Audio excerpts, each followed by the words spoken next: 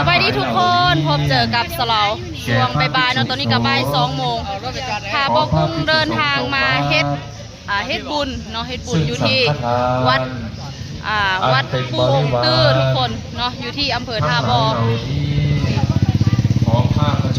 วัดสีชมพูองค์ตื้อเนาะปูองค์ตื้อทุกคนนี่ก็เป็นวันที่วันที่2ได้หยุดงานบริเลนงานทุกคนก็เลยพาบอกกุ้งถือโอกาสนี้มาเฮ็ดบุญเนาะติดทองลังพาติดมาแล้วเลยทุกคนติดใส่หน้าผากให้นำตอนนี้กำลังถ่ายรูปเนาะเจ้าคำนายเวรถ่ายเบิ่งกำลังถ่ายรูปอยู่ที่บ้านน้ำโมบ้านน้ำโมอำเภอท่าบอจังหวัดหนองคายทุกคนและก็จะพากันไปหลายพื้นที่หลายมองอยู่เนาะเลาะมื้อนี้กับมื้ออื่นบ่ได้ไปเฮ็ดงานบ่มีงานถ้าท่านมีความสุขขอให้ได้สุขยิ่งขึ้นไปพากันถวายสังฆทานและกาตีทองลังพระและกะไหว้พระแล้วเสร็จไปยางเพิ่งเชื่อเพิ่งพระแมนทุกคนภาพบรรยากาศอลังการงานสร้างคนไปกันถวายสังฆทานก็ได้คันนิตายะสุขายะติดกับห้วยยังก่อพี่ไก่ห้วยอีหยังก่อข้างหลังห้วยอีหยังก่อติดกับห้วยน้ำมงแก่พระภิกษุสงฆ์พาคนมาเฮ็ดบุญหลายทุกคนซึ่งสังฆทานอันเป็นบริวารวัดสีชมพูองค์ตื้อเพื่อให้เป็นประโยชน์เพื่อความสุขเพื่อความเจริญแม่นบ่อ่านถูกบ่เนาะเดี๋ยวสิซึ่งส่วนบุญส่วนตู้เศร้าบูชาหั่นน่ะที่ข้าพเจ้าเดี๋ยวสิยอดบ่ยอดบ่ได้เฮาก็สิสแกนแม่นอยู่บ่เติมบุญสแกน QR โค้ดท่านพ้นจากทุกข์ถ้าท่านมีความสุขขอให้ได้สุขยิ่งทุกคนมาถวายสังฆทานน้ำกันเนาะมันที่พ่อคู่กันนะครับเนาะตอนนี้กำลังทานในครอบจานน้องปลาข้าวโพดต้มนะครับเนาะมันมีจิตใจบุญกุศลเป็นมากนโมนาสาธุคุณเด้อพวกเด็กบอกให้โชคให้มาให้รับให้ด้วยเด้อถือไว้แล้วว่าถ่ายอยู่บ่สาธุถ่ายรูปอยู่บ่โอเคอันนี้ถ่ายคลิปไว้ก่อนอันนี้สิถ่ายไหมเดี๋ยวถ่ายรูปให้ก่อนมาเอาดอกไม้บูชาทุกคน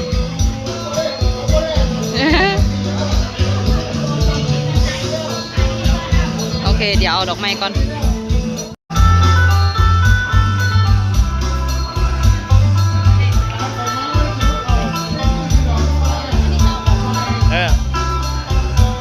เอาดอกไม้ก่อนละสวยๆตาบัดไปปิดท้องจะไปจะซื้อหมาลงมาเด้อลงมาซอยกันคือเก่าเดินเข้าไปคัดยังรอถ่ายอยู่นะครับเด้อยังรอถ่ายประจานพี่น้องเรียนมั่วเนาะเข้าไปไหว้พระทุกคนไหว้พระข้างในเขาบ้านรถคุณยายยังรอถ่ายอยู่เด้อติดใจใส่ตู้ลงนะครับติดทองหลังพระแน่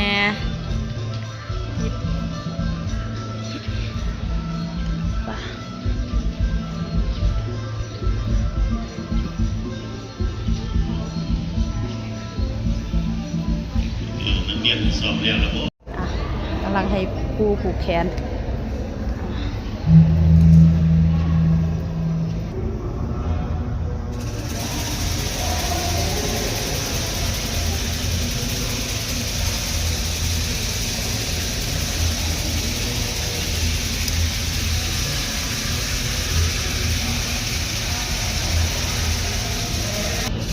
เอาบ่ได้เข้ามาติดทางในพระใหญ่ทุกคนที่ข้างนอกแล้วคนลังไหลกันเข้ามาที่ทองหลังพระทุกคนงานเพื่อนจัดได้4 มื้อแล้วทุกคน 4 มื้อมื้อนี้บ่แน่ใจว่าเพิ่นจะจัดจักมือนะไปไปอ่ะเดี๋ยวยัง หลายแนว ใส่เบิ่งดูเพิ่นน่ะ อันเนี้ย ไปหอบเอาเสื้อผ้า หมอลำบ่ได้เบิ่ง หมอลำมือแรง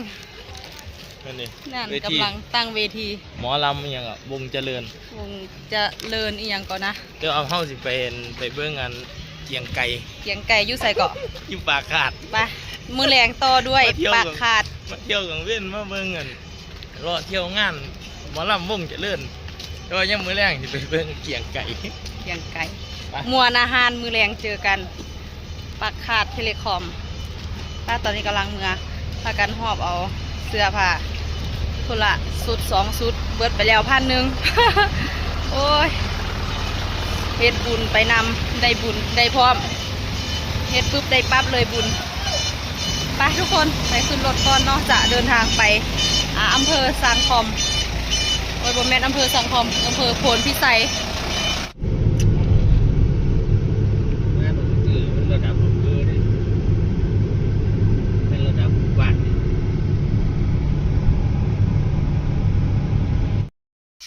ทุกคนตอนนี้ก็มาฮอดอยู่เฮือนเอื่อยแต่โดนแล้วแหละ ตั้งแต่บ่าย3-4 โมงพุ่นตอนนี้ก็เวลา5 โมง6 โมง 7 นาทีเนาะกำลังจะพากัน ไป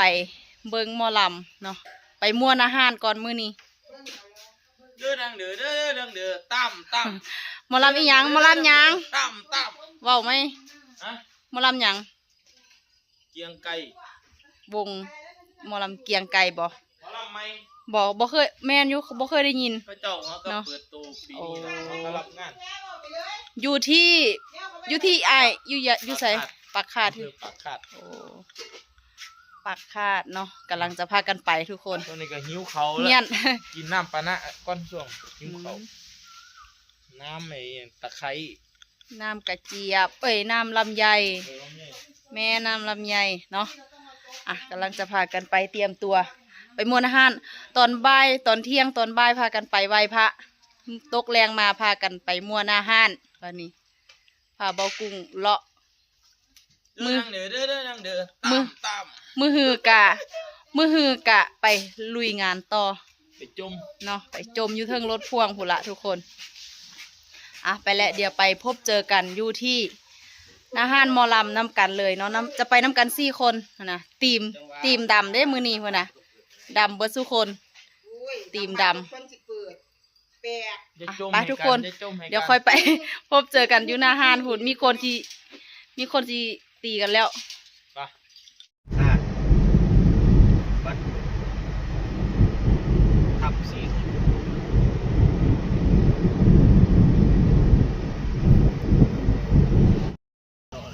ทุกคนตอนนี้ก็มาฮอดหน้างานแล้วเป็นที่เรียบร้อยเนาะ เขาป้องเลย ใส่ล่ะเขากับเขามานำกัน4 คนอายมา4 คนใส่เสื้อดำเป็นทีมดำเนาะตอนนี้กะเวลา1 ทุ่ม 10 กว่านาทีนี่แหละเขาเจ้ายังไม่ทันได้เล่นซ้ำกำลังเซ็กซาวไปหากินน้ำลำไยไปหากินน้ำลำไยแล้วก็กินอย่างลูกสิ้นเนาะไปไทยบัตรปะวะโอ้ต้นเงินบ่ ไป ไอ้ นี่ยัง นั่นดิ ก็ให้เพื่อนตัว กะไอ้หายใจปักดอกไม้ผู้สาวปักดอกไม้ผู้สาวปักดอกไม้เป็นคนสวยๆขอบคุณค่ะไป เราเอาเกียงไก่หรือเราเกียงไก่เกียงไก่ยังแม่นเกียงไก่ยังอยากจะเอิ้นว่าเกียงไก่กับเกียงไก่แล้วไม่ต้องเลย บรรยากาศเก็บภาพบรรยากาศในงาน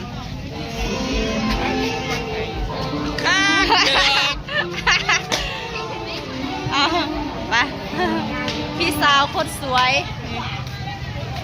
มากับพี่สาวกับอ้ายมาหากินลูกซีนก่อน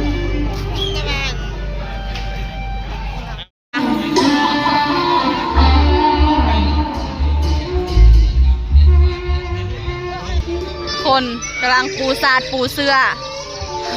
เอาลูกเอาเต้ามานอนเฝ้าหน้าห้านบัดนี้นะโอ้ขนาดบ่ทันได้เล่นในนี่คนยังหลายป่านนี้แล้ว เป็นปีที่ ไป เราได้มาร่วมบุญ มาใส่ดาวจักบาท20 บาทดิอ่ะต่อคิวเอาเงินใส่ดาว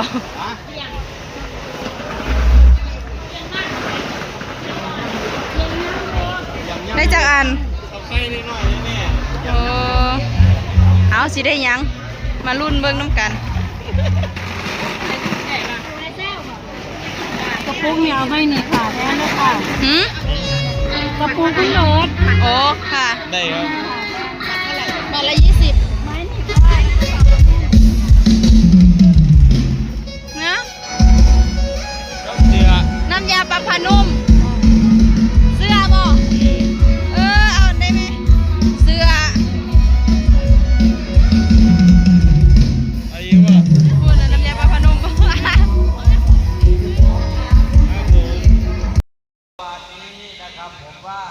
มาทุกคนได้แล้วเนาะกินโอ้โห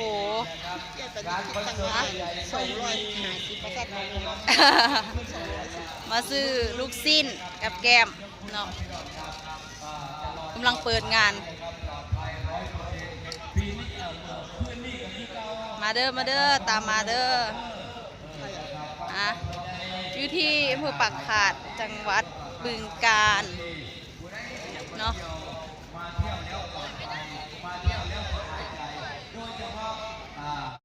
เบิ่งกับแก้มแมง แมงปีกไก่ลูกสิ้นกำลังสิประกาศอีก2 ชั่วโมงสิประกาศรางวัลว่าซั่นมาเบิ่งว่าเฮาสิโชคดีได้รางวัลบ่นี่หมายเลขนั่นว่ารุ่นน้ำกันว่าเฮาสิได้ทองหรือว่าเฮาสิได้ตู้เย็น เอารางวัลใหญ่อย่างเดียวรางวัลน้อยๆถอยไป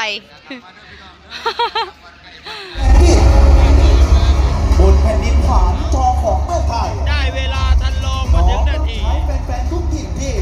น้องพี่ทุก ข ท่าน อบคุณมิตรไมตรีที่มอบให้ขอแฟนๆเปิดใจรับบทเกียรติกายอีสานถิ่นเข้าสู่ใจของเป็นแฟน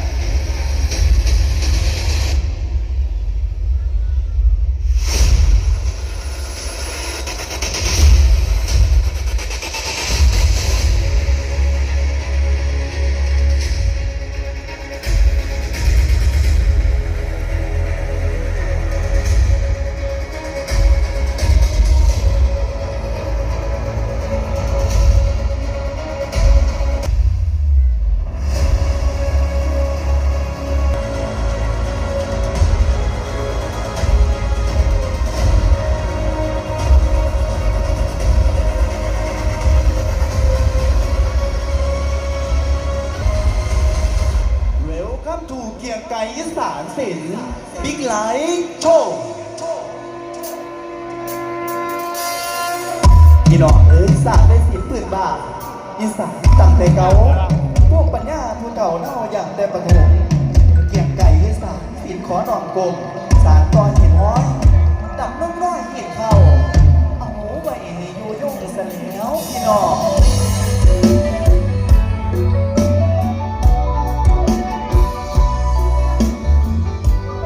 3:30แล้วหมอลำพาสิขึ้น หมอลำพากะสิเริ่มทำการแสดงโอ้ยอยากนอนแล้วรางวัลก็บ่ได้จักรางวัลเลยเพราะว่าสิรางวัลน้อยรางวัลใหญ่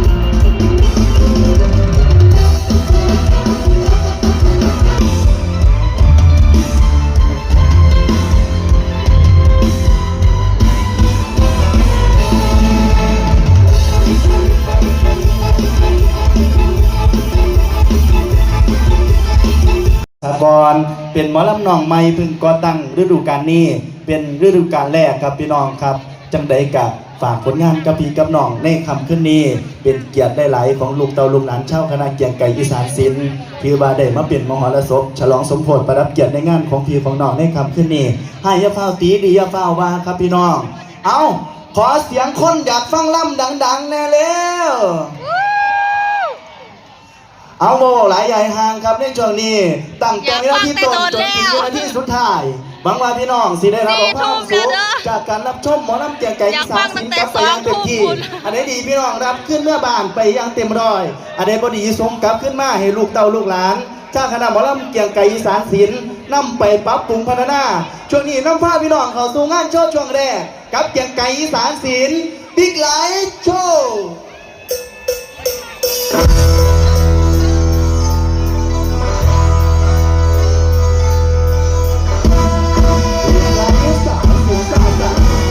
นางเอกสาวเสียงเด็กดีกรีเพื่อนว่าโลแล้วมาสุดให้คนเป็นแบบไอ้เพื่อนว่าโลแล้ว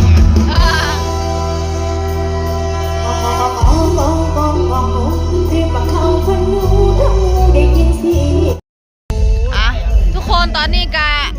ตี 3แล้วได้เวลากลับแล้วเนาะทุกคนหมอลำเพิ่นบ่เลิกง่ายดอกหมอลำเพิ่นเลิก6 โมงเช้าแต่ว่าตอนนี้ตี 3แล้วเฮากะได้เวลาสมควรที่จะต้องกลับแล้วเนาะทุกคนคลิปนี้เดี๋ยวสลาขอตัวลาทุกคนไปก่อนเด้อเอาไว้พบเจอกันในคลิปหน้าสบายดี